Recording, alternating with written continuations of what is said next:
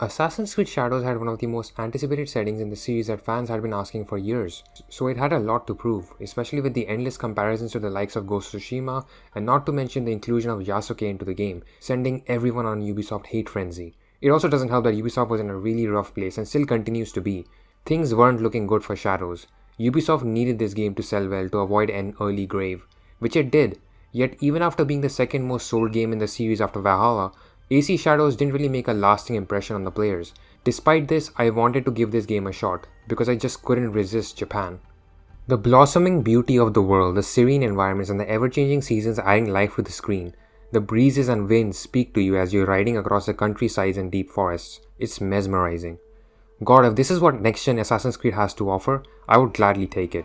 The calm and tranquil ambient music of the flight is soothing to the soul. It's like being stuck in a canvas painted by God himself.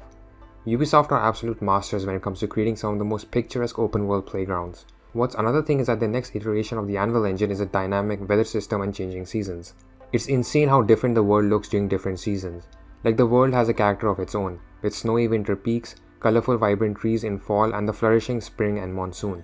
Hell, the open world alone looks so beautiful that it made me ignore most of its flaws, which we will be discussing, since this video is titled like that for a reason. A year has passed since the release of this game, and with all the hate and controversy died down, it seemed like a good time to jump into this game without being influenced by popular opinion. And honestly, the initial couple hours of Shadows aren't that bad. It does a decent job in introducing its gameplay mechanics and putting you into the heat of the action, as the men in the mask murder Naoi's father in cold blood. Yet it's unfortunate that the voice acting doesn't help in the slightest in making you feel all sorts of emotions that Naoi feels. She's broken, angry for vengeance, hurt. The voice acting for Naoi is so one-note that it feels like she's emotionally stunted, only allowed to express one emotion at a time. If Naoi is angry, she's really angry. If she's happy, she's only happy. There's very limited range of emotions at play, and don't get me started on the PS2 as facial animations. This has been a thorn on Ubisoft's games since Odyssey, and it's been 8 years since that game, and the animations have only continually devolved with time. Mind you, a 12-year-old game made by the same company has them beat when it comes to this. Where the fuck did they go wrong? It also doesn't help that Ubisoft doesn't even use motion capture in most of their games anymore. Why?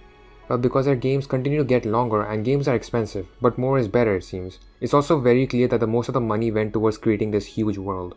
The means of interacting with this world is also very limited. You get some random dialogue here and there, but none of it feels natural. The NPCs just feel fake and so video gamey. Even some of the major historical side characters you interact with in the story lack character. Everyone is so one-note, muted and bland, and it's also such a bummer that so much of its world feels so empty. I'm not saying this game needs more side content, cause boy oh boy, it definitely does not. It could have done with being scaled down more. Ubisoft and their obsession with huge open worlds baffles me, and it's what's killing their games. Adding on to the point about the side content, I'll get one thing straight. There's simply too much of it, and the fact that most of it is so bland and uninspired makes it worse. I can't believe the amount of quests in the game that have you assassinate X amount of people. In fact, every time the kill list popped up on my objective screen, I could feel my head hurt from exhaustion. This wouldn't have been bad if there were like a dozen or so targets to kill, but there are like over 50 people you have to kill, and each of them is as forgettable as the other. It's very clear to me, even more so since Valhalla, that these games are clearly designed for more playtime, because that's what matters to Ubisoft executives. So they will use every cheap trick in the book to keep you playing. There's the shrines and other minor activities like collecting lost pages that give you knowledge points, which are so mind-numbing, but you can't really opt out of it because knowledge points are needed to progress through the skill tree and unlock new and better skills. So you keep playing, like at least add some variety if you want to make your games long. And it's such a shame that it's such a beautiful world, yet going from place A to place B is such a mind-numbing process because of the awful quest design that requires you to travel egregious distances for the next objective. It's to the point that I started using auto-follow on horses. Don't get me wrong, there's some side content that's actually quite good. I like the Sumie painting and how it is contextualized in the game, as Junjiro teaches Naoi to observe the beauty of the world amidst her hatred for it, and she expresses it through these paintings. There is some depth there, and I like that this is also a way to help Junjiro to paint again. The rifts are a cool addition, and I like the way the levels are designed. I don't care much about the present day story or whatever narration is going on, but I do like the idea behind them.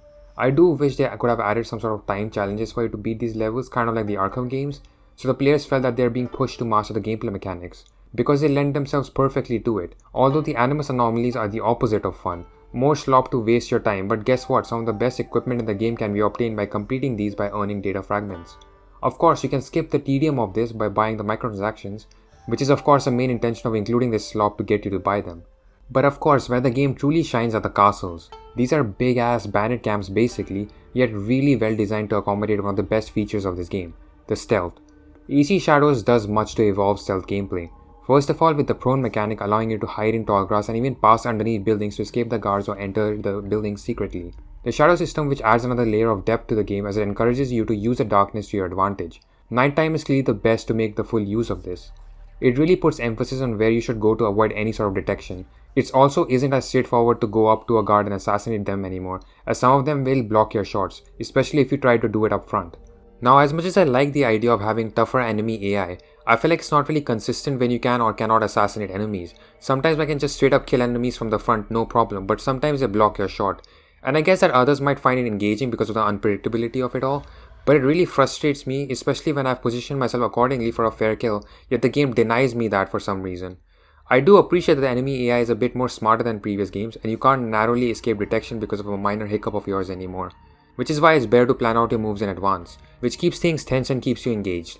This is probably the most fun stealth experience I've had with the game in a while, and even though the objectives for completing these castles are more or less the same repetitive shit, I didn't get bored because the stealth kept me hooked. The game truly lives and dies with this experience, because when I'm pulled out of it, I'm back to the same mundane stuff. It's like I'm playing two different games. The other aspect of the game is the combat gameplay, which is mainly suited to Yasuke. I'll get to more of his character in a bit, but what defines him is combat. He's the big guy that they gotta worry about.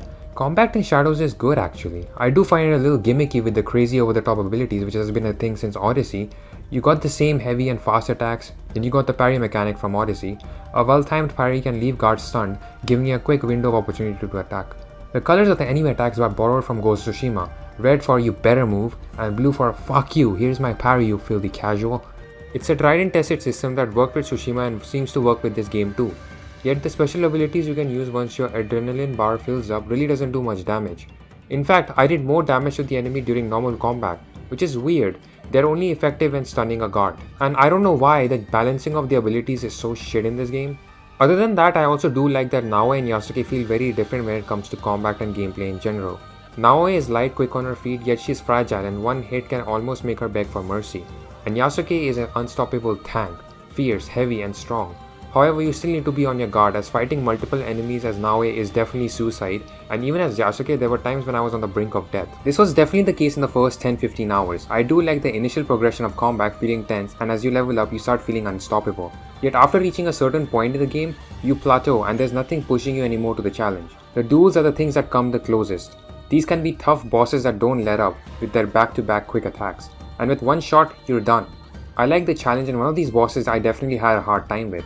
However, I wish they were as cinematic as the duels you have on Ghost of Tsushima, as even though I felt that the duels themselves in that game were very samey, the absolute cinema of having a samurai standoff with your opponent was unmatched, and Shadows fails at creating that perfect cinematic samurai duel like the Kurosawa films. The combat in this game is safe, yet quite generic AAA looking. It works and I did have fun with it, but I also got bored with it very quickly. Unlike Ghost of Tsushima's stylish combat, this just lacks the same impact in my opinion. Now let's get to the thing most people talk about these days. Parkour. In simple words, we are back to square one, guys. Movement is such a step back from Mirage to the point that you have yellow paint guiding you to where to go. I didn't think this shit could get worse. And even if Ubisoft later added a manual jump button and side and back ejects, it's utterly meaningless because the way the towns in this game are designed do not even facilitate parkour movement. All the buildings are just flat, unlike the older games or even Mirage in that matter, where there was actual variation between the heights of the buildings, where back and side ejects could fit in like a glove. But in Shadows, it was only in rare occasions where I could pull off such moves, because the buildings are all at the same height, giving you no reason to reach the top ledge. The inclusion of these features feels like band-aid to a very serious problem. It's even worse knowing that the parkour is one aspect that really should have been a main focus in this game, as it only adds to the shinobi fantasy of pulling off quick, fast and efficient moves to get to your prey. Instead, you just have this stupid flip that Naoe does whenever she descends, which looks cool for like the first 5 times, but then it starts looking really stupid. Like they couldn't even bother to have different animations for descending buildings. The only thing that adds somewhat depth to the parkour is the grappling hook, which you can use to ascend buildings under quick succession. This game needed good parkour, not only because of being Assassin's Creed, but also being in a setting that is clearly the most suitable for it. Although I do appreciate that they differentiate between Naoe and Yasuke's movement, Naoe's feet are made of lightning, making her escape conflict within the matter of seconds. whilst Yasuke can't even balance himself on top of the rope without it breaking. Other than that, parkour is a huge misstep, and God knows how long will Ubisoft not get the clear fundamentals of what made the movement good. We keep going further and further away, and unfortunately I don't think this is going to get any better, as the casual fanbase clearly doesn't care about this feature. It's only thanks to guys like Leo K, Jacers, Dropatopoulos that make the most out of these half-baked systems, to remind us of what we lost. Well, that's my daily parkour rant over with. Let's go back home now, where you're building a safe and thriving refuge for the ones who felt the oppression of the corrupt and powerful.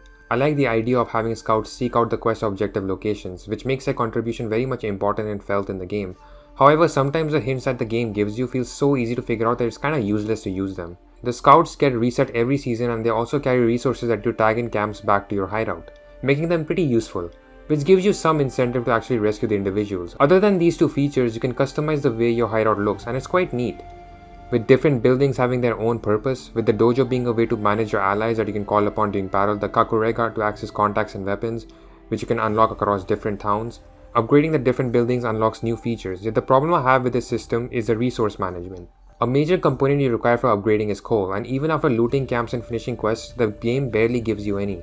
I barely could level up the hideout even after reaching towards the end. I literally had to buy most of the coal myself, which kinda defeats the point of completing side content. Like, the way the resources are handed out in this game is really shit. It also is disappointing that I didn't really feel much of a connection with the allies in the game. It falls way behind in comparison to the relationship Connor builds with the Homestead people in AC3. The only one I cared about somewhat was Junjiro, because he was the only one who had missions like that, which doesn't really give the player any intention to keep growing the hideout. Besides the aesthetics, it doesn't really look like a place that's lived in, as most of the interactions you can do with people here is very bare bones and shallow. I do prefer this over the settlement system in Valhalla because of its customization aspect, yet like most features in Ubisoft games, it just fails to reach its full potential. I think if Ubisoft can take a picture from Persona's book with having a system where you can build bonds with certain characters, which in turn unlocks certain abilities and benefits for the player and the hideout each time you rank up the relationship level, I think it would have been a really cool addition to the hideout system. I think it's about time we talk about the story. I have a lot to say about it. Barring the terrible voice acting, is the writing actually good? I think there are some cool ideas that the game tries to explore, and I do appreciate that the villains in this game have a little bit of a backstory as to why they joined the Shimpafuku. There are some points in the story as well where Yasuke questions whether what they are doing is any different from them. You also see a moment where you see the people around Naoe being affected by her path of vengeance, and even she wonders whether this was all even worth it anymore. Sure, it isn't as deep as some of the older games, but you could tell that the seeds were there. Yet the game only touches upon them and never expands on this idea. Naoe keeps endlessly killing her targets with little to no reflection or remorse after, which just adds to her shallowness as a character. There's also the fact that the majority of the main targets you assassinate in this game can't be killed using stealth, as the game most of the time puts you in a boss fight which you can't escape. Like, where is the freedom of open-ended assassination missions gone? It's also restrictive and scripted, and it sucks because with stealth like this, well-designed black box assassination missions would have been like cherry on the top.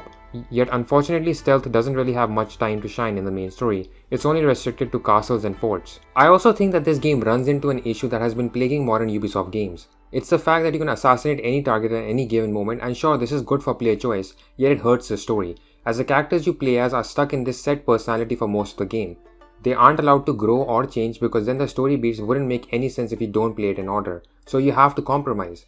That's why after finishing the introduction of Naoe and Yasuke into the game, and getting to actually killing the targets, I felt bored and even mentally checked out because it didn't feel like the story was making any progress whatsoever. I felt like it just paused for some reason, until it picks back up in the last few hours. So the only part where the story has somewhat weight and meaning is usually the first couple hours and the last couple hours. The entire middle structure suffers and makes everything feel disjointed and disconnected.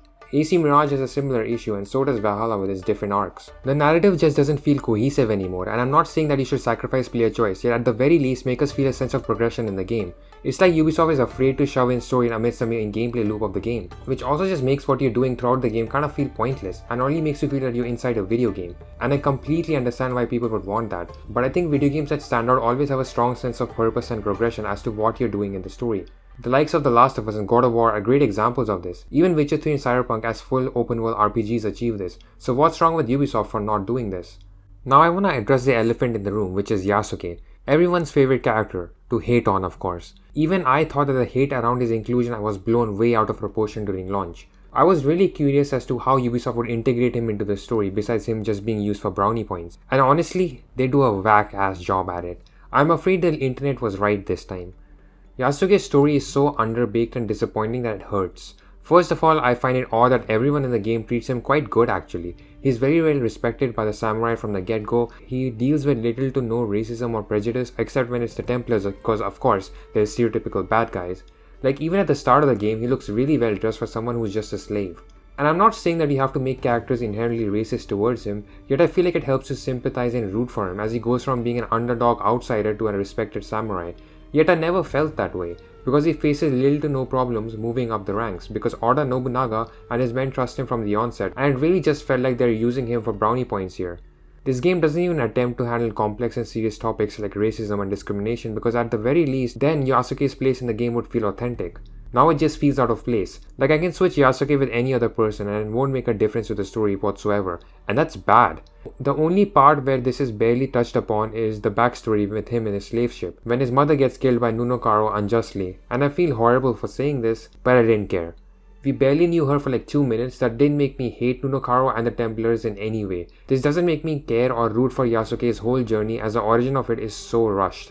Why couldn't they have an entire section dedicated to Yasuke on the slave boat? This would have been a lot better as we could see firsthand how terribly his people were treated and also build a connection with his mother so her death actually feels meaningful. But of course, who wants complex and well fleshed out characters? Just as long as we can distract you from our incompetent writing with X amount of targets to kill. Also, why does Ubisoft have a phobia of assassins and Templars? Like they can't even mention them by their name anymore. I'm tired of playing as a pseudo-assassin called the Hidden One or the League. I'm tired of the Assassin vs Templar storyline being relegated to a subplot. I don't know why this series continues to run away from its identity. I'm tired of Ubisoft doing the absolute bare minimum to even mention them, by just placing AC bureaus around the map and have us collect notes that sound like much better stories on paper. Yet we will never get to see or play them. We are so starved from Assassin's Creed that even if people see some AC iconography, they start cheering for it. Like, are you for real? I mean, to be honest, it's very clear in retrospect that Ubisoft Quebec doesn't want to make AC games, given their blatant disregard for everything AC related, with the likes of Odyssey and even Syndicate to some extent. But of course, the AC name sells, so the higher-ups will keep forcing them to make it, and it also doesn't help that Odyssey and even Shadows are some of their best sellers. So it basically just proves their point, and it's unfortunate because I feel like this team could do a much better job if they aren't tied down to AC. Yet they always have to half-ass their vision to satisfy the people in both camps. Which is particularly what they didn't do with Odyssey, and the reason why it worked well because they couldn't care less about AC. It was disconnected from AC completely. At least the base game was. I don't even want to talk about the DLCs. So they could go all in on the crazy fantasy elements, which the new casual players really enjoyed and lapped it up. I don't think they are a bad team, I just feel that their strengths aren't utilized well enough within the company. I mean, it's not a surprise that Ubisoft probably has some of the worst management in existence. We have been seeing proof of that over the years. Okay, now let's get to the good part, the ending. Well, surprise surprise, even that part is utter dog shit. Seriously, what the fuck? The game just mentions that Naoi's assassin mom is still alive somewhere, as we learned that from Hattori Hanzo the cuck. Only for this to be a setup for the DLC, which I can't be bothered to play cause fuck you. I'm not paying extra to see the full story of the game. It's outright scummy to intentionally make your stories incomplete just for the sake of DLC. Yasuke's ending is also really disappointing. I felt no sense of closure from both these characters. Seriously, this has got to be not just the worst ending in an AC game, but one of the worst endings in a video game. It's so abrupt and out of place. But hey, at least I finished the game, which became a pain in the ass to sit through in the last couple hours, so I guess that means something. All in all, I think words fall short of what I feel about this game. It upsets me and also makes me feel stupid at the same time, for thinking there will be something in there that will prove the naysayers wrong. Sure, stealth is great, the open world is gorgeous like it's in every Ubisoft game, but this isn't enough to hold together a game made of squiggly lines of code and duct tape. I honestly couldn't think they could get worse than Valhalla, but I've been proven wrong. Assassin's Creed Shadows would not be remembered fondly as one of the games. It will literally serve as a dark shadow in this long-running franchise of more than a dozen games. Hell, it can't even hold a candle to the likes of Odyssey, a game made 8 years ago by the same team. And that's sad to think about. I really wanted to be wrong about this game, I really wanted to like it, but at the end of the day, this game really upsets me, as I'm sure it does for a lot of people. So I hope you guys enjoyed this video. I'm sorry I haven't been uploading since the past few months, and it's mainly because I've been busy with a lot of things, and also to be honest, I kind of lost motivation to make videos. But now it seems to be better, and I'm gonna try my best to get back to uploading videos more regularly. But anyway, like and subscribe if you're new to the channel and want to see more of my content in the future, and I promise you that I will deliver. I hope you guys have a good day ahead, and I'll see you guys soon.